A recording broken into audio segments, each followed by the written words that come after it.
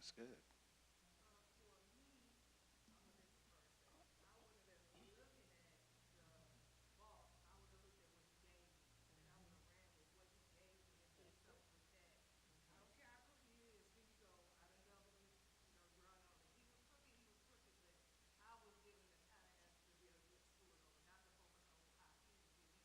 That's good. Hmm. Because I was going to go to how many business owners do we have in here?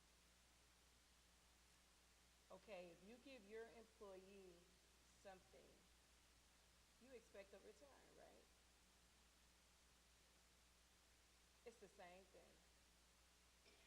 It's not about personality. It's not about you being scared. I gave you a job to do. I expect you to do it. But in today's lingo, he didn't do it. He didn't do the job. He didn't do what his master expected him to do.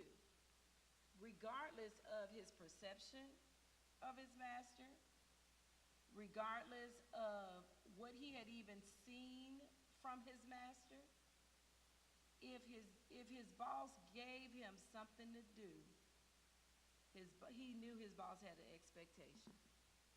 Do it. Anybody else?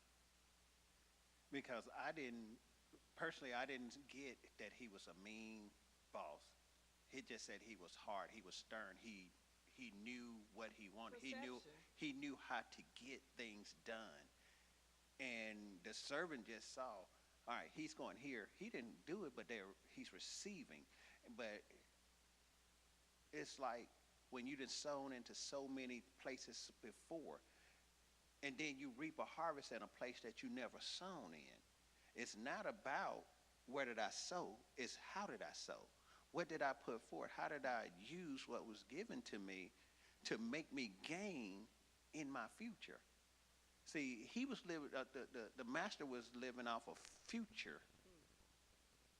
money, future blessings, future advancement, future potential off of his past performance, his past actions. So what he did in his past afforded him in his future. But now you're looking at him as it looks like he's a certain way because he gets a result without doing anything. So I feel that if I lose what I gave you, you're going to be hard to me. How many remember on Sunday when I said most successful businessmen fail at least 5 times, lose everything? The servant didn't realize or couldn't realize what the master went through. All he knows is the master was focused, driven, and didn't take no for an answer. So guess what our God is? Focused, driven, and don't take no for an answer. We give him a no, but he don't take a no. We give him that no, but he doesn't take that no. He just moves on to the next person if you don't steward well what he's given you.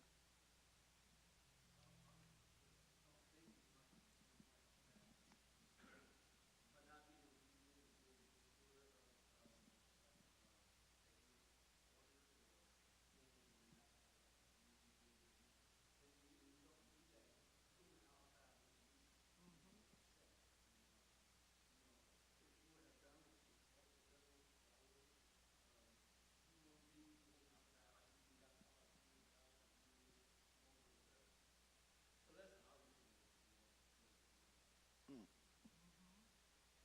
There was a scripture that now I looked at it from this standpoint really. I was like he was kind of living out the scripture really, you know. Um, when I think it's Isaiah talk about I will give you houses that you did not build, you know. And then John 4:38 says, I sent you to reap where what you have not worked for, what you have not sown, you know. So even though he did not sow, he still knew he could reap something. It may not be like the others, but he could reap. Hmm. Anybody else? so even the one, here he was with the least amount, but it was still a significant amount. A talent is a significant amount. And in the same way, no matter who you are, you've been given gifts, you've been given talents, and God gives us opportunities. So here's the thing. Maybe it's creativity. Expects you to use your creativity to bring forth things that he's shown you in the heavens. He expects you, maybe your gift is kindness. I know we think that's a cuss word, but it's not. It's a God word, kindness, being kind. That's a gift. And when you're kind to somebody, sometimes they haven't had somebody to be kind to them in so long that just like resonates with them. It just sticks with them. They're like, oh my God. Or maybe he's giving you the gift of leadership. Maybe that's what was going on with the master. Because he said he was, hard. He considered him to be harsh. Maybe he was just a leader in handling business.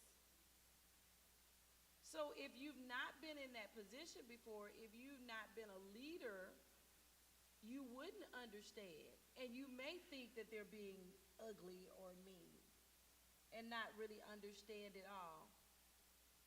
Some people have the gift or the ability just to be a great listener. That's a gift. Monica looking at hum in. That's a gift, because everybody can't. And, my husband, we have this thing where when I come and I'm like,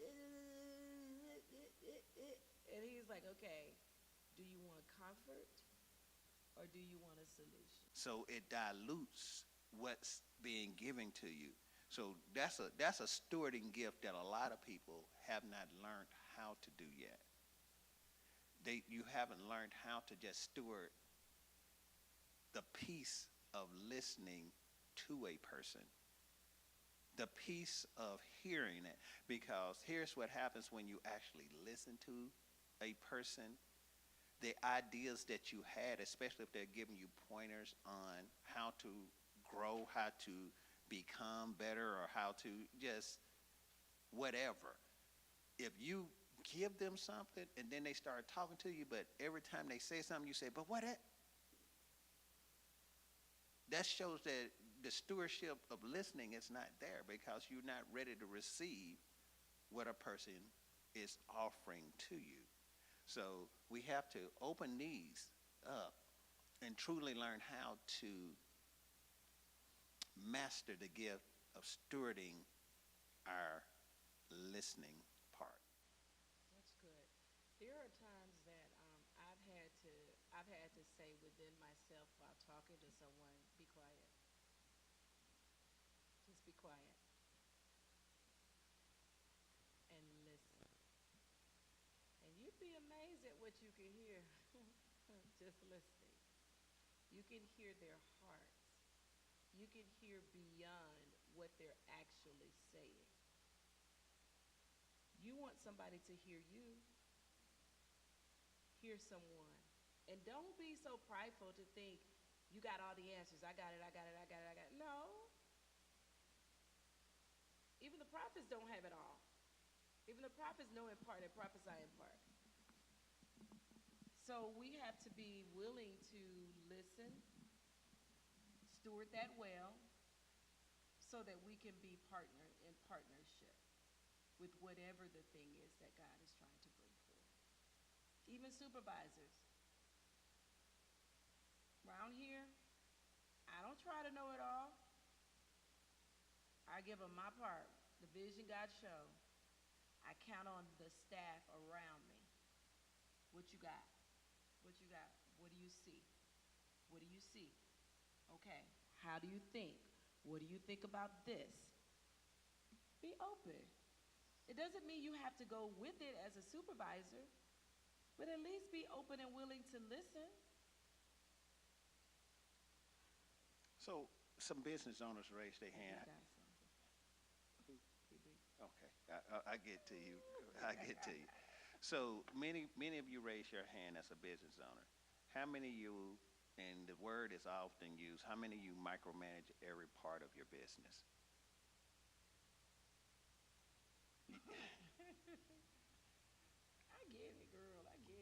So when you're micromanaging every part of your business, you're not being a great steward because you don't give an opportunity for growth. A good steward is a good mentor also. That's a good mentor because everybody wants to leave a legacy behind, and that's what stewardship is. Stewardship is about leaving a legacy behind. Like when you hear people say, I wrote a book, and that means that they will never leave because no matter what, somebody's going to pick up their book. It may not be every day, it may be once a year, once every 10 years, whatever. But as soon as somebody opens that book, that person is alive again. That person is back with them again. So they stewarded their memories well. They took time to write their memories down. They took time to write their actions down. They stewarded what God put before them. So anybody that's wrote a book, I ain't wrote now, so I ain't been a good steward in that manner. But for anybody that's wrote a book, it took time. It took dedication. It took commitment to do that. And that's another thing about stewardship. You got to be committed to be a good steward. I want to say this. Hold on a second. I understand. I understand, Susan, the micromanaging. Because when you realize that God has given you something precious, it's like your baby. And if you've ever been a new mama, you don't want everybody touching your baby. You don't want everybody around your baby. You feel like, wait a minute, I gotta take care of that's my baby. Wait, hold up. So it's like that. And it has taken me time to do that. I began to thank them Sunday. This past weekend, out of 18 years of conferences, 5 years of the church, I've never not been able to put my hand in it. My hand has been all over it, smeared everywhere, up, down. Oh no, all of that. It's just been there. But this time, I said, no, I'm not going to do anything. This is theirs as well. So I gave them the opportunity to take ownership as a church. And I said, I'm just going to be here if they need me. And they did it. I didn't wear myself out. They did it. They was tired. I was really tired. Because I was able to finally not micromanage. Because it'll wear you out. And I think that it goes back to trust. Mm-hmm. It's about trust. I'm entrusting my baby into your hands. So I expect you to treat my baby like I would treat my baby. So when we're hiring people, business owners, I think that's a good point to put in the interview process. I have an expectation. God has an expectation of you with your business. So you need to have an expectation of your employees. Okay, Pippin.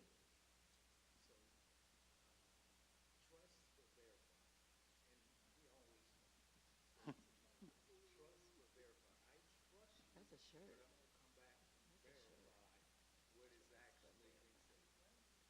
Mm.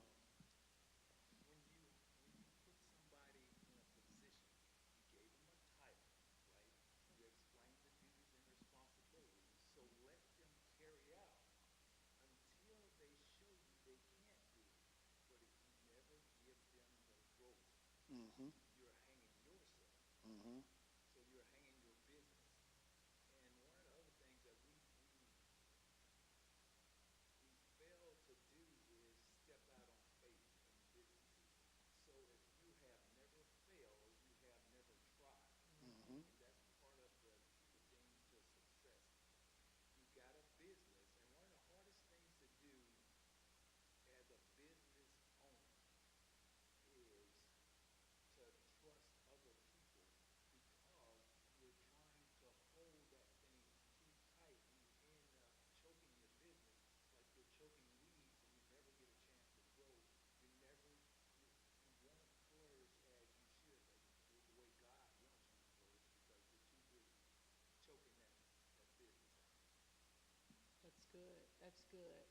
here's the thing, it wasn't even about the amount of money, it was about what they did with it. In life, you're not measured against nobody else. While we walk around comparing ourselves, that's not even the measuring stick from God. The only thing we're going to be measured by is what we carry. Did you do something with what I gave to you? He don't want to hear but. Did you do? How did you steward? How did you manage? How did you take care of what I gave to you? See, when you look at it like that, that keeps you from jumping in other lanes, all of that, learning over here when that ain't even your lane. Nope, I need to be right here. Because you realize he's coming for me according to what he gave me. Mm-hmm. If he gave me something and he has given all of us something, and all I do is sit down on it, that's not good management. That's like the one with the one talent that hid it. Nobody was touched by it. Nobody was blessed by it. Nobody's life was enhanced by it because you never showed your gift. Mm-hmm. And when you think of it, nobody's life was enhanced by it. Nobody's, not even his. Because if he'd have just took the opportunity to try, he would have grew. Even in failure, we grow. And in success, we grow. So we're going to grow either way. So you have to still put forth an effort regardless of. But we, like I said, we tend to be more reserved to do something, and it's even from a standpoint of, I know God has given me the gift of ministry, to be a minister, to be this, but I'm afraid. Moses, God, I can't speak. You know what happened to me. They burnt my tongue, so I can't talk. I have a speech impediment. You do my work, I give you somebody to talk for you. Just steward what I gave to you, and I do the rest for you. But we're so afraid to do what he gave to us. And then here's the other thing. We don't want to accept the help that he sends to us. We don't want to accept that help because of fear that they're going to outshine me, show me up. Or it's not who we want. That's a big one. Yeah. If it's not Apostle T, I'm good. No, you're not. No, you're not. And here's the thing with that third employee, because that's what they were, employees. He didn't fail because he lacked ability. He failed because he didn't try. He let fear overtake him. So here's the thing. How do we avoid taking chances because, how often do we avoid taking chances because we're afraid of failing? Mm-hmm. Fear of rejection, being judged, or mistakes can happen. You know, mistakes can keep us from doing anything at all. That's what we said. Fear just overtake you. You can't even open your mouth. You go to open your mouth, nothing. You go to step out, it's just you playing double dutch, trying to see when to jump in. Then somebody come behind you and they jump in. Because I'm going to tell you, the same talent God gave you, he gave to somebody else. He's just waiting on who's gonna exercise them, who's gonna use them, who's gonna put them out there. He's giving us all opportunity. Go ahead, man. Go ahead.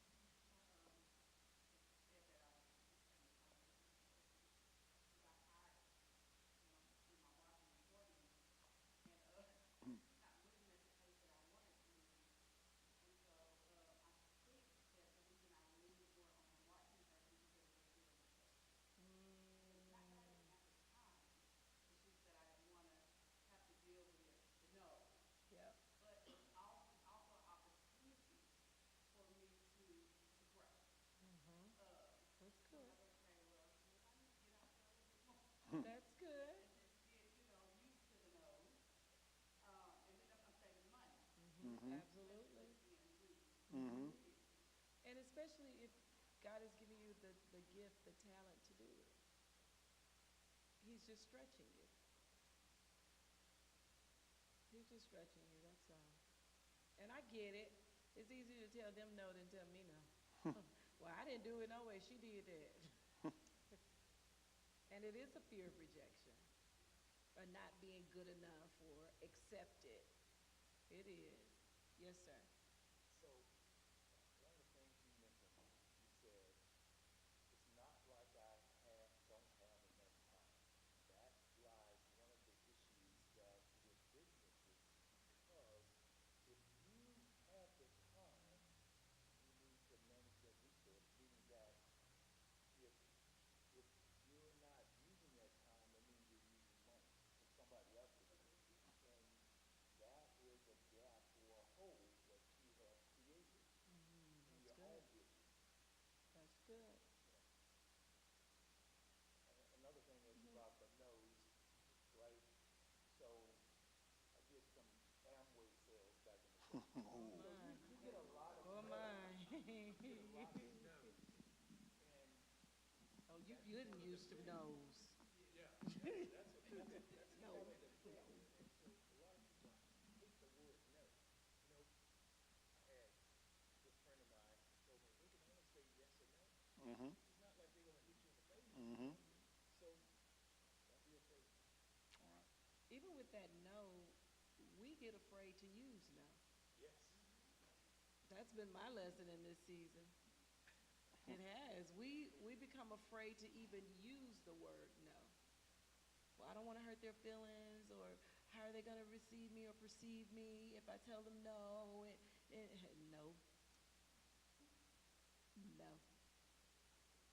No, no, no, no, no, no, no, no, no, no. Yes, ma'am.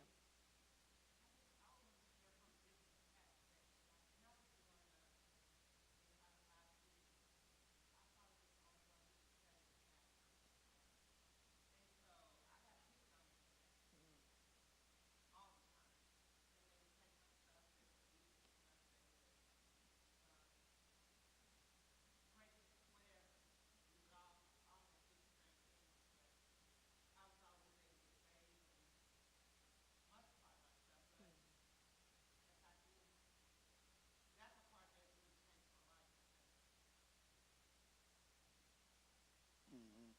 It's your season. It's your season.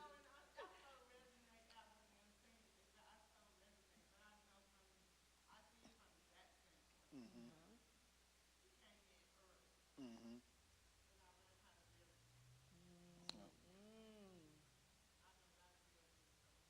It is. So, yeah.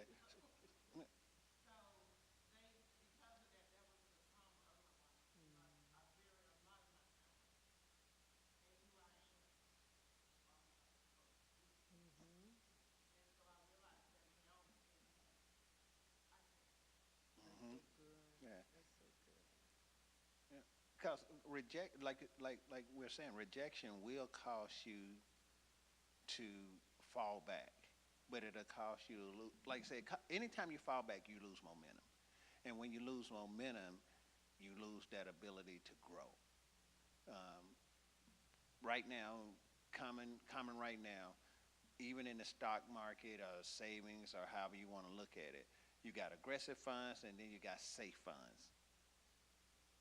So a lot of people are afraid to put their funds in the aggressive area because they don't know what the economy is going to do. They don't know if the economy's up, they don't know if the economy is down, so they just leave it in a safe zone. And yes, a safe zone means it just does this.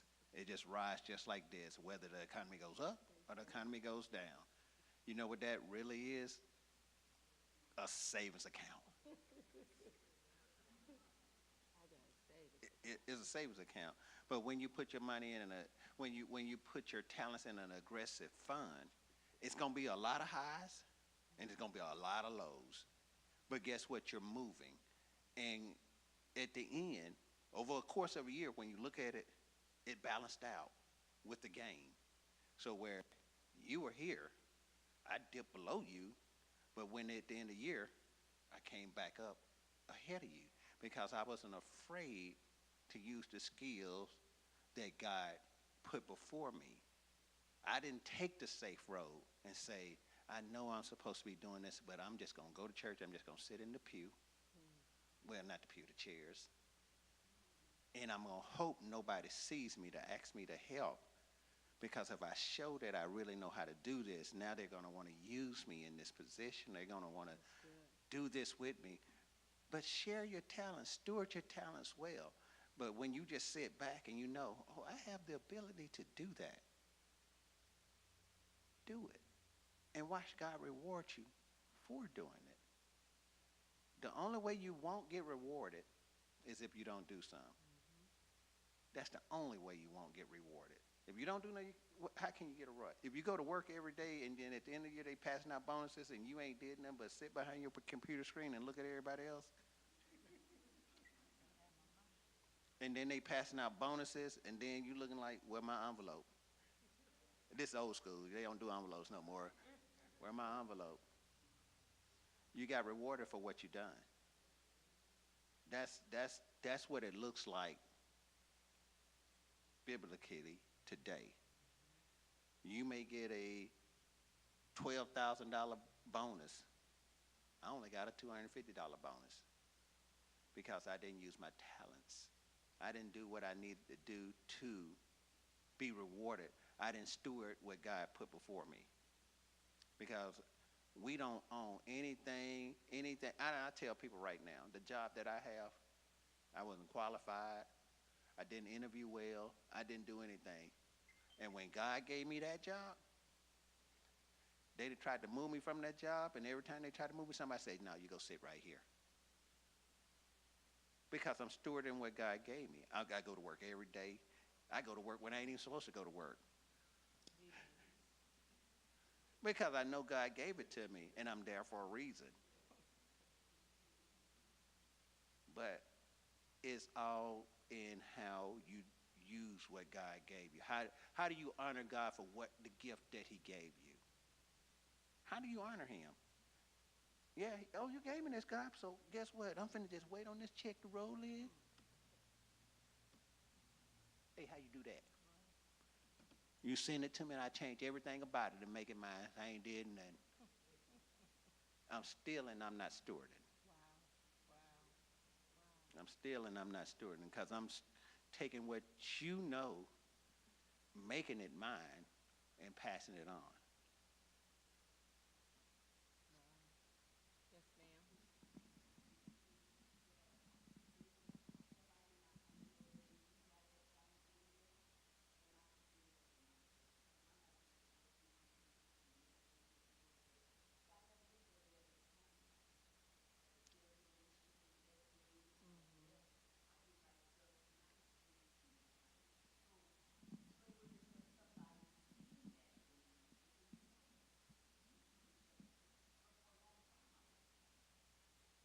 But But here it is. Now that you recognize it, you steward it well. You perform what God has for you in the measure of excellence. Measure of excellence is great stewardship. You don't halfway do it. You don't just say, all right, you want a centerpiece? Ploop. No, you put it down, you walk back, you look at it. You make it a perfect centerpiece. You make it a perfect painting to fit a wall. You make it a perfect chair to fit a room. That's good stewardship. That's good stewardship. You knew you had it, but you didn't know what you was doing. You always been stewarding that gift, but you didn't realize what that gift was. So it ain't that you wasn't stewarding it. You just didn't know what you were stewarding. Yeah, you just took it as something that you liked, but it really was a gift. I was just thinking about when you begin to talk about the bonuses. When my husband was sick, I told y'all that I didn't work. I went to work, but I ain't work like a whole year. My boss literally like did my job for me so that I could do what I need to do for him. And so when bonus time came, you know, I'm poking my chest out. I'm poking my chest out. But when bonus time came, I got a bonus, but it didn't matter to me that they got more bonus than I got. There you go.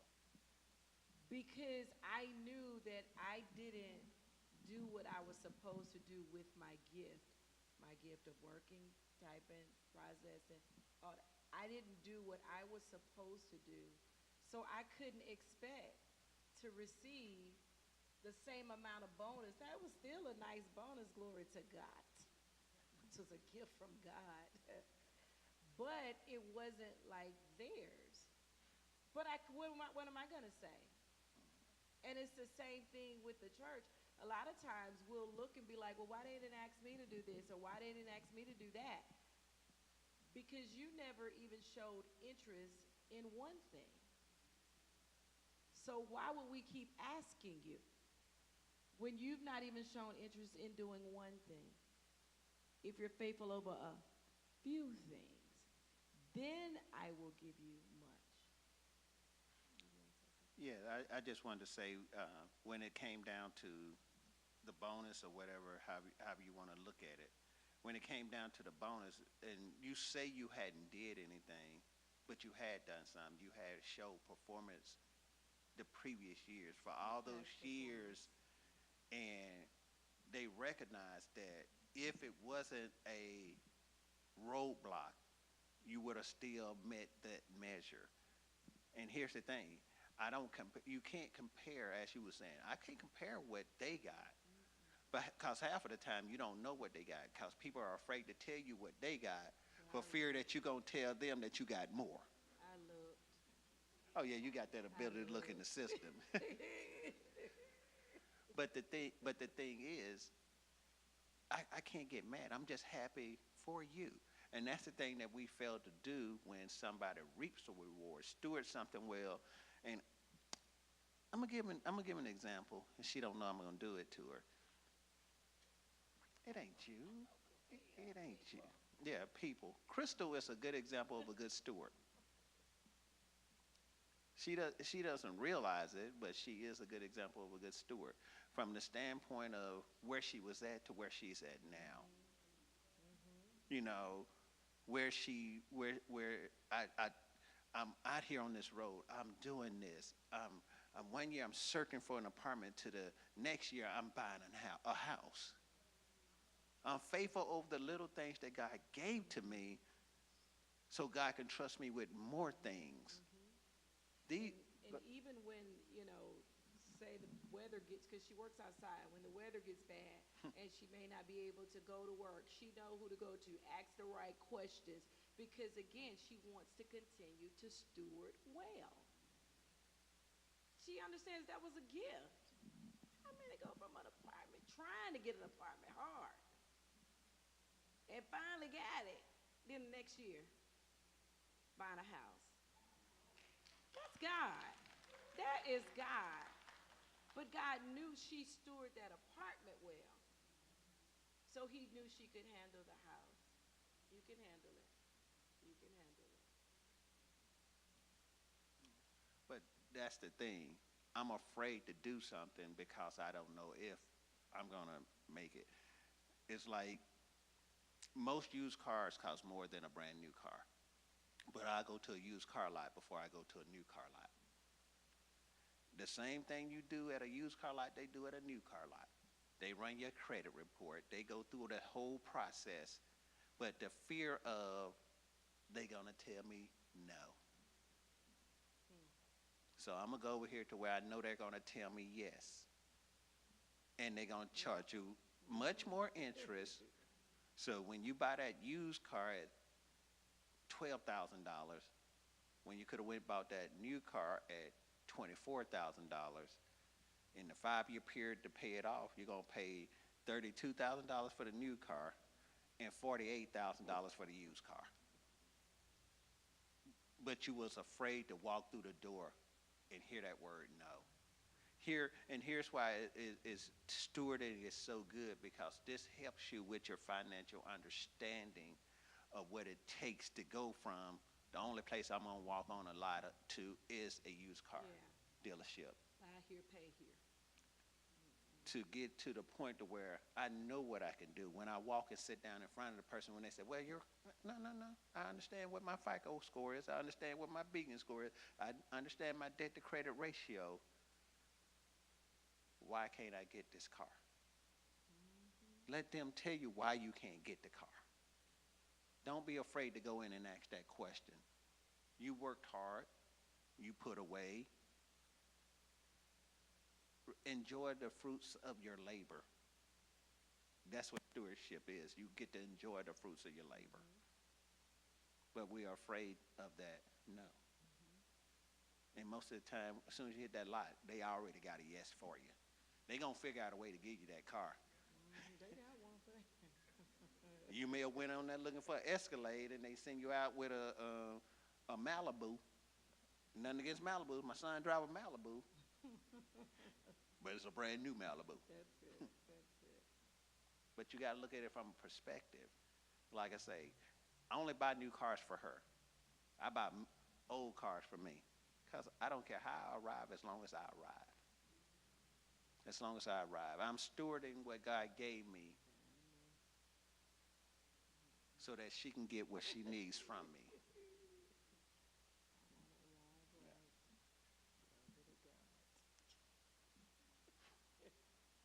But here's the thing, that no, that being afraid of that no, it really is having trust issues.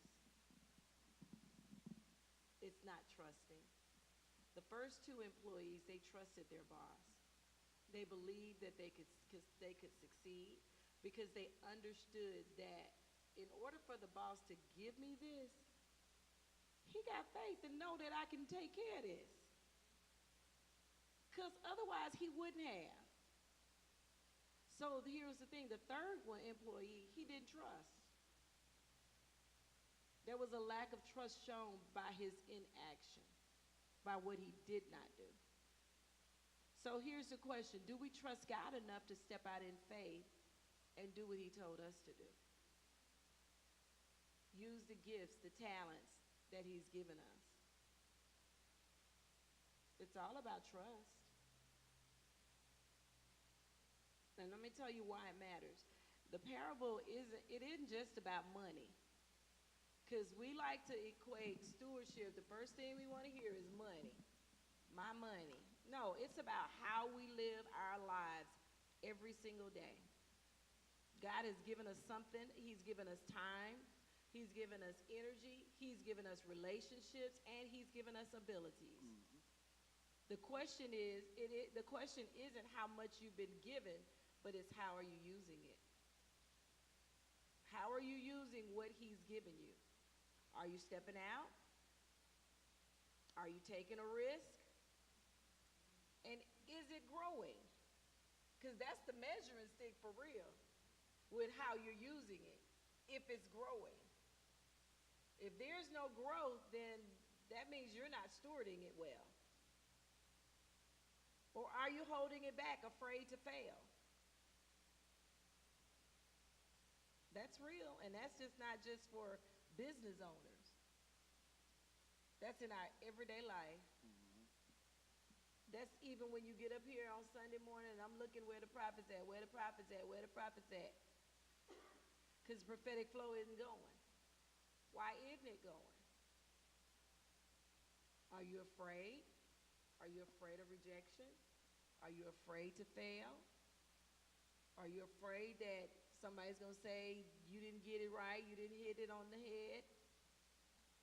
You got to ask yourself those questions because until you face that, you'll always bury your talent, your gift. And it won't ever grow.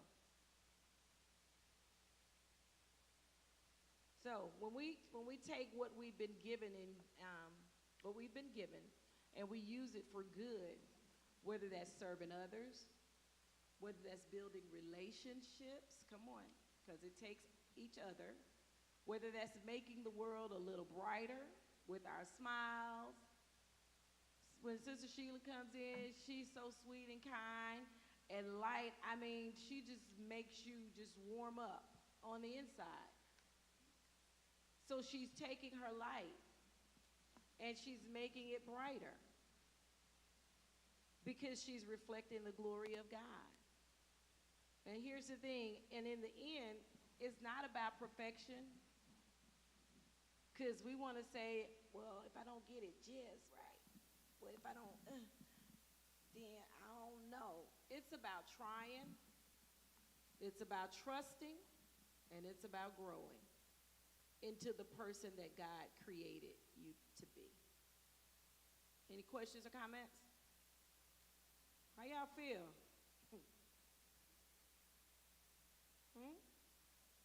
Yes, ma'am.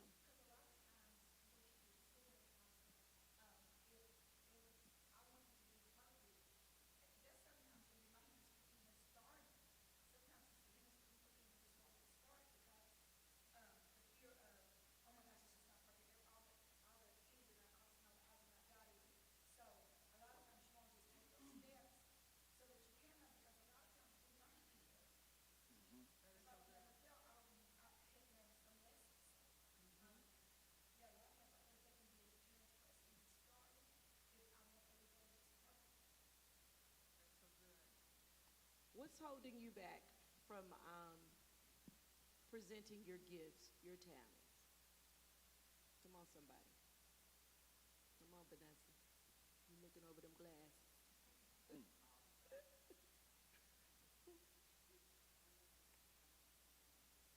Just say it. We're good.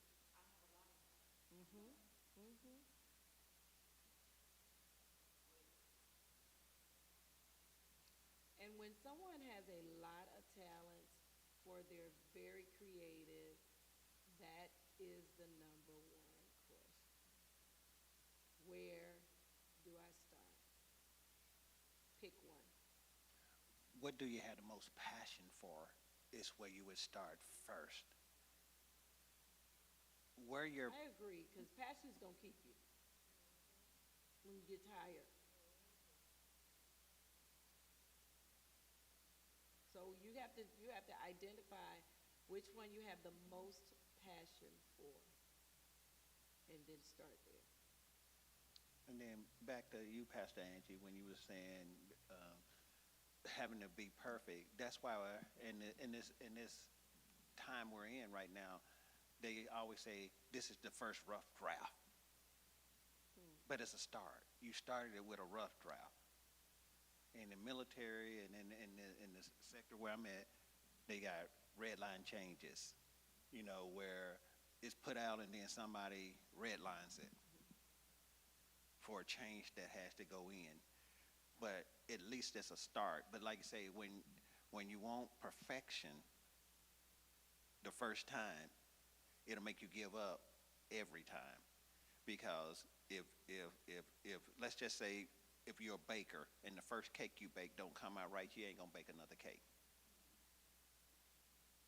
If you're a dancer and the dance that you do didn't fit right, you ain't gonna dance anymore. So the thing is don't worry about it being perfect. Just worry about doing it to get to strive for perfection.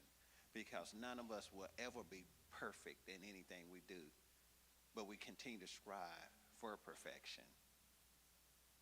And that's how we get better with everything that we do. But as we're striving for perfection, we're learning to steward it to a level, because once you master a level, you keep that level up, that stewardship, and then you move to the next level, and you just keep mastering levels, and all together you're stewarding over everything, but everything is not going to be perfect.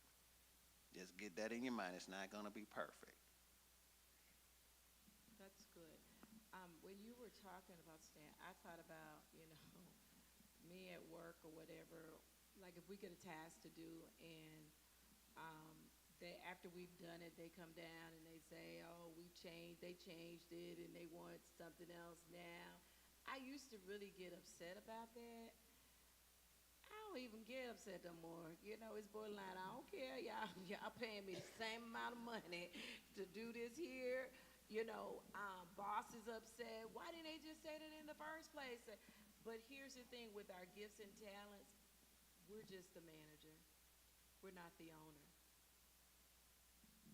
The owner knows what the owner wants, what the owner desires. It belongs to the owner. So if I put it out and the owner said, yep, I changed my mind, I want this, okay. Then I'm going to go. Why? Because we have to know that all of our gifts, even when we're saying no, I'm scared, I don't want, what if they, even when we're saying all of that, you got to know that your gifts and talents, they're not yours anyway. They don't belong to you. Psalms 24:1 says the earth is the Lord's and everything in it, the world and all who live in it. So every bit of it belongs to him. So who are we to hold back God's stuff from the world? And I'm the natural guy tonight. So in the natural, it's just like if you are at work and your boss or your manager or whoever, your supervisor or whomever gives you a task and you don't understand the task, you request to sit down so that you get a better understanding of the task before you start performing the task. So what is it, and why don't we do it with God? Why don't we request to sit down with God to say, God, what is my task? What is it that you want me to do? Get a better understanding. We'll do it in the natural, but we won't ask God. We're afraid to ask God because when he reveals it to us, as Apostle said, oh, I really didn't want to do that one. I wanted to do the other one. That ain't the one I wanted. Even though he's given it to you according to your ability, according to what you can do, what you can handle at that particular time in your life. So if we can do it to our bosses, why can't we? Like I said, it's so simple. Why can't we do it with God? Because if I get a task at work that I don't understand, I get up from my desk or my spot or whatever you want to call it, and I go knock on that door. All right, I'm not quite understanding the email that you just sent me. I perceive it to be this way, but if it's a different way, please tell me before I start this process and get so far down the line. And it's hard to backtrack when I'm so far in it. Because I'm gonna convince you, the boss, that this is the right way to go. And I think that's what some of us try to do with God. We try to convince God that this is what the right thing for me to be doing, when he's already told us what we need to be doing. That's good. Genesis 1:28 says, be fruitful and increase in number. Fill the earth and subdue it. Rule over the fish in the sea and the birds in the sky and over every living creature that moves on the ground. So we're called to manage God's resources wisely. It's going to take wisdom to manage what God has placed on the inside of you. Wisdom. Wisdom tells you when to do it, how much to do it, where to do it. That's wisdom. Come on, PB. I don't know. It's good. Sometimes we are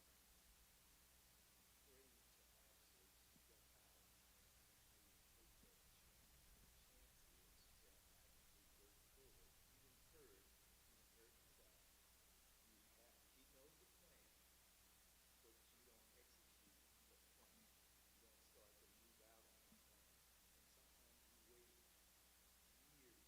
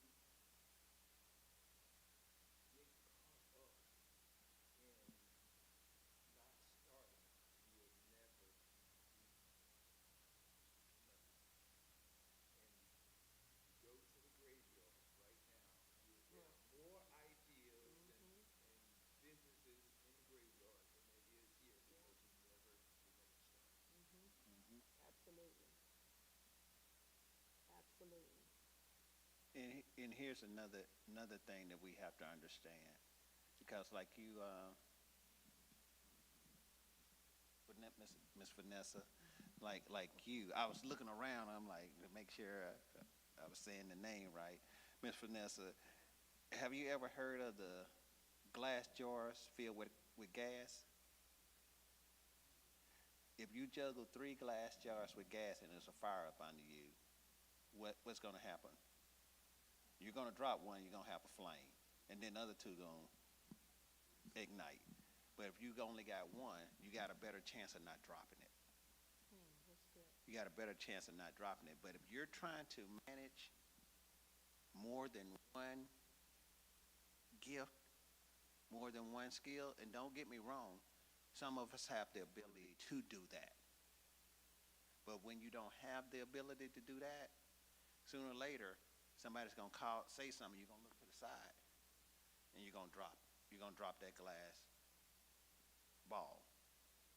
And then you got an explosion when if you've just been holding, because if you got one, you don't have to juggle it. You can just hold it. But you have to move more around to keep them. So let's focus. Like I say, steward your focus also. Don't wander around. Focus on what it is that God has for you, what God needs for you.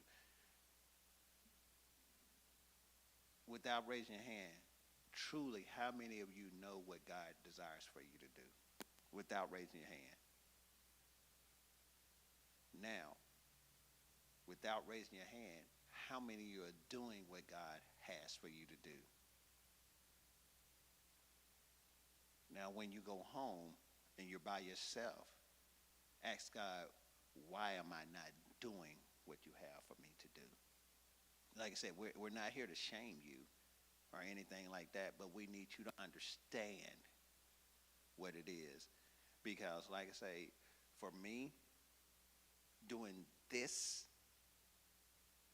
was something that I ran from forever, even though I always was interested, but I was afraid. So I couldn't steward something that I was afraid of. Because if I'm afraid of it, I can't manage it. It'll manage me. But once I came to the understanding, God, whatever you have for me to do, I'm going to do. He started to show me. He started to reveal to me, all right, fix this first. Fix this. Fix this. And everything I was fixing, he was stewarding me to make it to this position. To make it to this position. And I mean, this is over a process of years. But look where I'm at now.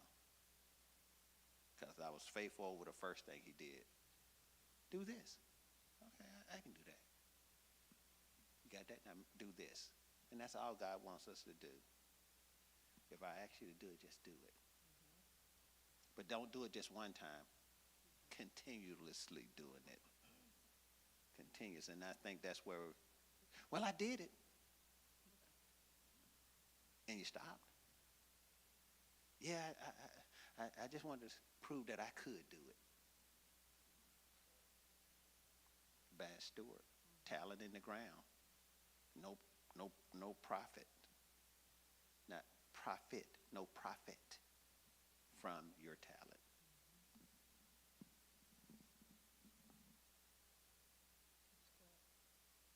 As Apostle Stan was talking, something the Lord dropped in my spirit was we also need to be good stewards over our thoughts.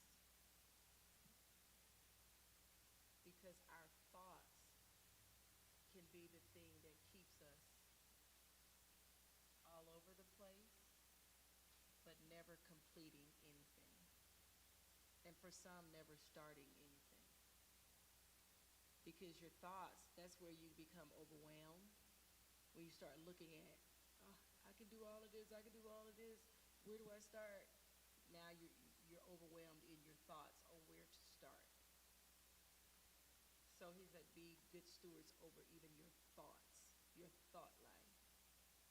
When you feel yourself going there, bring every thought into captivity. Arrest that thought.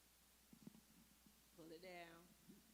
So when we done going in today, stop. Mm-mm.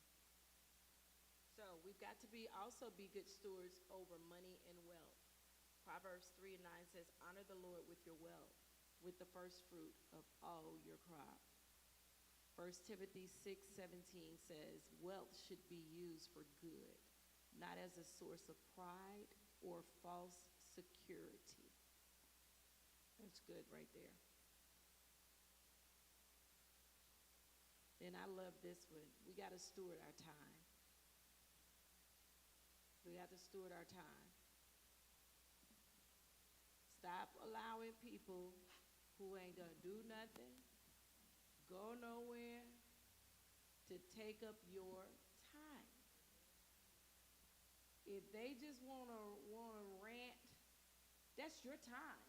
Now you can let them do it, but you're not gonna get that time back. And there's not been a resolution.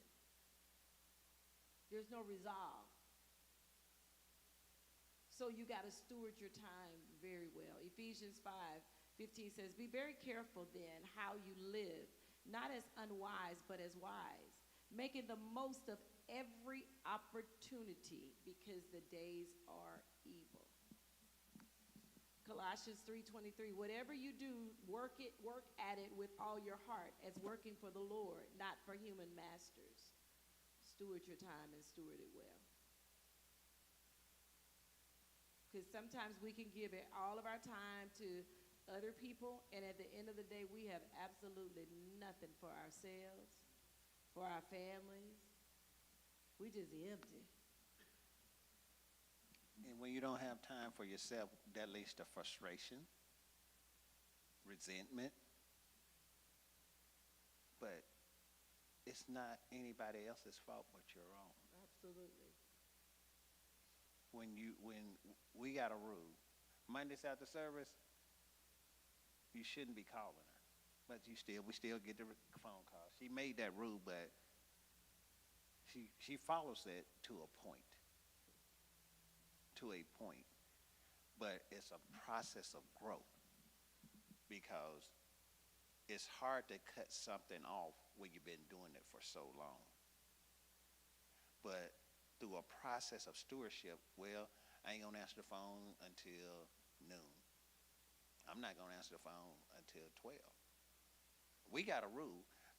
When she's down, I don't call her until she responds to me, because I honor the time. Another way of good stewardship is honor other people's time.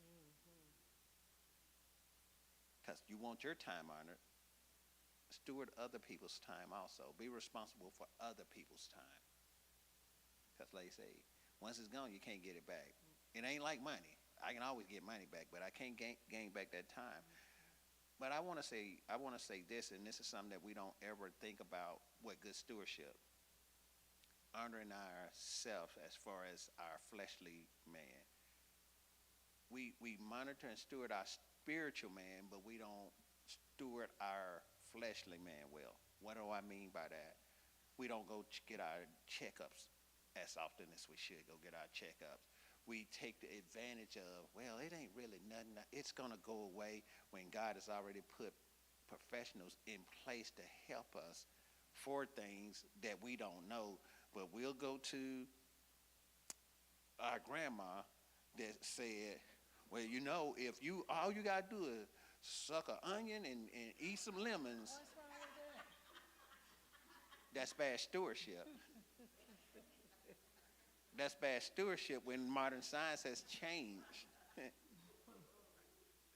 So we don't steward our health. It's not about appearance. A lot of people take it as appearance. No, we don't steward our health. It doesn't matter what my appearance look like. It's what is my health really like. So we have to learn how to steward that portion of us also well.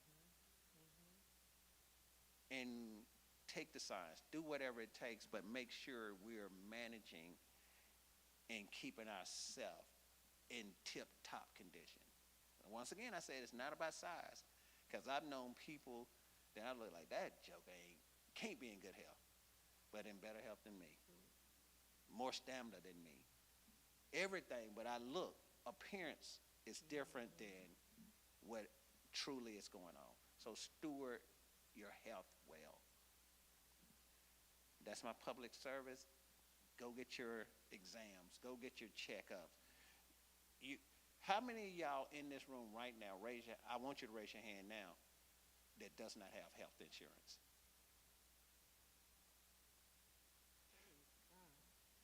So here's the question.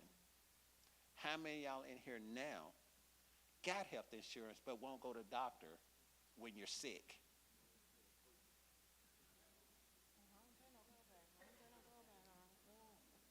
So everybody in here, if they get sick, they go to the doctor. They don't try hometown remedies or this right here. Well, let me be the first one to tell the truth.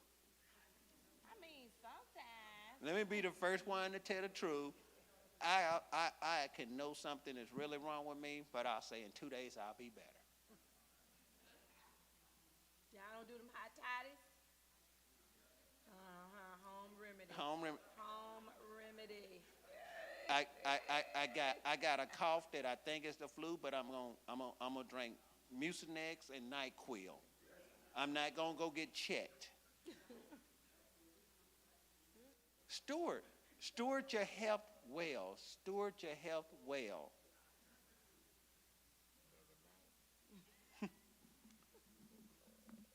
So these are the things that I'm trying to say. If you're not healthy, you can't be healthy to anybody else. You can't be healthy to anybody else, so you have to steward your health. Don't be afraid. And a lot of us won't go because we're afraid of the results that's going to come from going.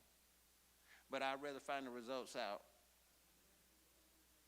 than, because guess what? It could have been fixed. But you let it win so long now it can't be fixed. That's bad stewardship. So without showing hands, because I ain't trying to find out.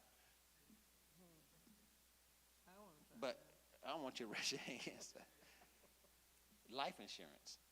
And let me say this. Do you know what life insurance is really for? It's for the person you leave behind. So when people say life insurance, I got life insurance on my baby. Why? That baby ain't got nobody that he got to take care of after he's gone. Nobody. Burial insurance is another thing that we fail to steward well. Like I say, you look at people that you think are good, but as soon as they pass away, the first thing you see is somebody putting a GoFundMe up to help bury them. He hates that. I'm like, you could have put in a life insurance policy $15. Like I say, you ain't got to have 6 family cars and a gold coffin. Right. That's where the funeral expenses goes. It goes for the people that's coming to see, not for the person that's coming to be seen. So, Well, you better lay me out, right? Change my shoes. Family night, day of. Done. We gonna go to Payless and we gonna get you some Bobos. The devil lies. But what I'm saying is, these are the type things. We always talk about finances and how we steward our finances and how we steward this, but we don't ever think about the burden it's going to cause somebody else when you don't prepare for something. And like I say, it should not be a parent in here that don't have some form of life insurance on them. If you're a parent, you should have life insurance because you want your child to be taken care of. And I'm a firm believer. It ain't male chauvinist or anything like that. She don't need life insurance. Baby, show me, honey. She don't need life insurance because I don't need her to take care of me when she's gone. Show me. But I need life insurance because I need to make Yes, sure my she's love. taken Yes, care my of love. Yes, when I'm gone. yes, glory. So I think we mix it up. Well, I got a policy, you got to have a policy. That's greed. It could be a form of greed. Here's the thing. He takes care of me now. Why wouldn't he want to take care of me later? Mm-hmm. Well, That's good, baby. Keep paying that bill. Hallelujah. Hallelujah. but here's the thing. She does have a life I insurance. do. Yeah, I do. But guess what her life insurance is for? Grandkids. You better know it. Beneficiaries, grandkids. I'm the trusted, but beneficiary, grandkids. Why? Because the scripture says you will leave an inheritance for your children's children. Our kids like to think it's for them, but that's not the book. It says your children's children. That's what I asked God to be able to do over 20 years ago, and he's done that for me. But we got to learn to steward everything. Not, and like I say, not just think of it like my funds, everything. If God gave it to us, he gave us health. He gave us life. Steward it well. He gave us a house. Steward it well. He gave us a car. Steward it well. Don't ride it till that engine light comes on and then just say, oh, that don't mean nothing, and continue to ride it. Take it to the mechanic. Steward your cars well. Like I say, I firmly believe a car should last 50 years. If you maintain it, it'll last as long as you maintain it. The day you stop maintaining it is the day it's going to put you down. Same thing with your health. The day you stop maintaining your health is the day your health is going to put you down. Yeah. Right. So steward all things because they all belong to God. Everything. Honor God with everything. And that means I got to steward it to the best of my ability. Like I said, to the best of your ability. Don't worry about her ability. Just worry about your ability. Don't worry about my ability. Just worry about your ability. That's good. So here's the thing, and we're closing. Think about this story as being you.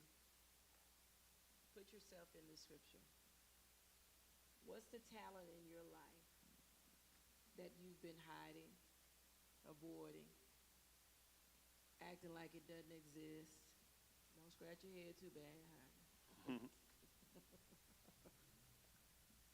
And then think about what small steps you could take just this week to put just one to use. Just one. We're not even talking about all that you have, just one. One that you've not been using. What are the small steps that you can take to put one to use this week? It could be starting a project. It could be having a conversation or just helping somebody in need. Don't be afraid, because when you let go of fear and you trust that God's going to meet you right there at the point of your efforts, can I tell you amazing things will begin to happen? Things that you never even saw coming. Because there are things that are attached, things that you've really been believing God for, I hear him say, that are attached to you moving out on those things. And if you never move out on them, you're going to stay right here asking God for them. And he's saying, but that's the gateway. That's how I'm going to get that to you. Because when you move out here, I got this man, this woman waiting to meet you there who knows somebody that knows somebody that's going to help you get what you keep asking me for. That was the word of the Lord New Year's Eve. It's bigger than us. Mm-hmm. It's so much bigger. As a believer, you should not want for anything. Nothing. Because he's already provided. But we just got to get in place, in position to be able to get it.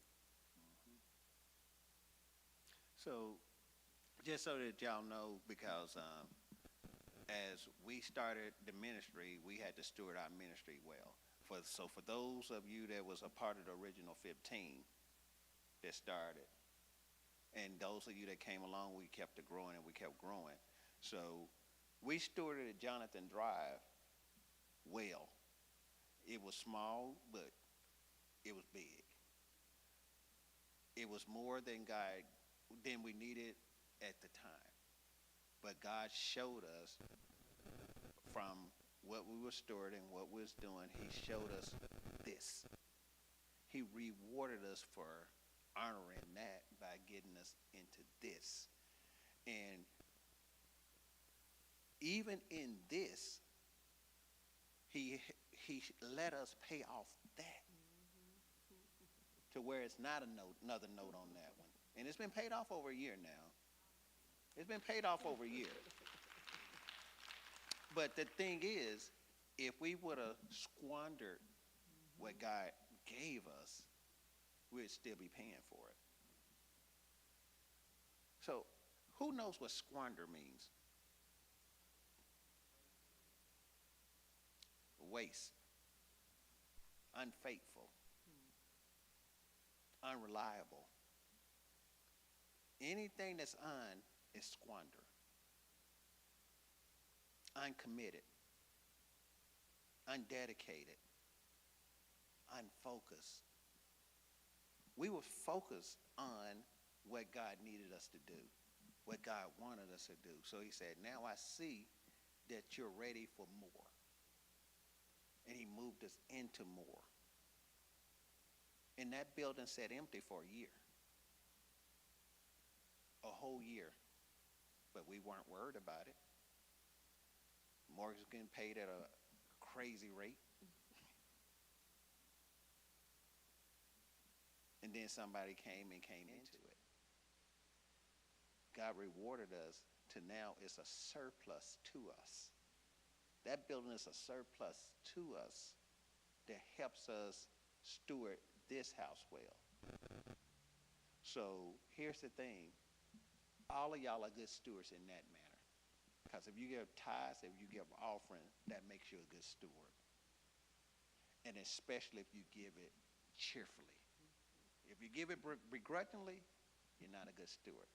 But if you're giving it cheerfully, you're a good steward.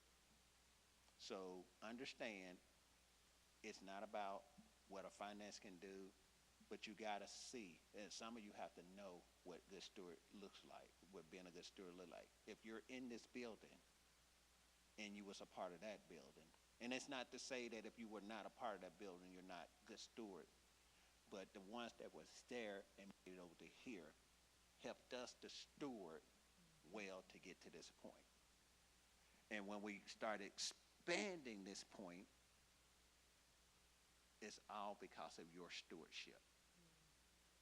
We don't do this by ourselves. We rely on you to help us in the steward. She's stewarding the vision that God gave to her for the ministry. And it's up to us to steward and support the vision of the ministry. So support is stewardship also. My time, my efforts. It's great stewardship. Now, don't ride a horse till they get a swoop in their back. Because we'll ride certain people till they don't want to steward no more. If we all come together and balance this thing out, we'll be whole and healthy. But that's what good stewardship is about.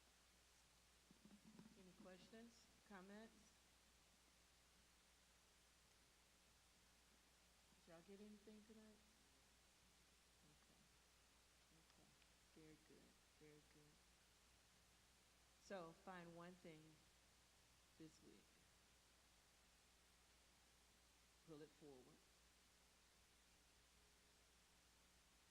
Don't bury it.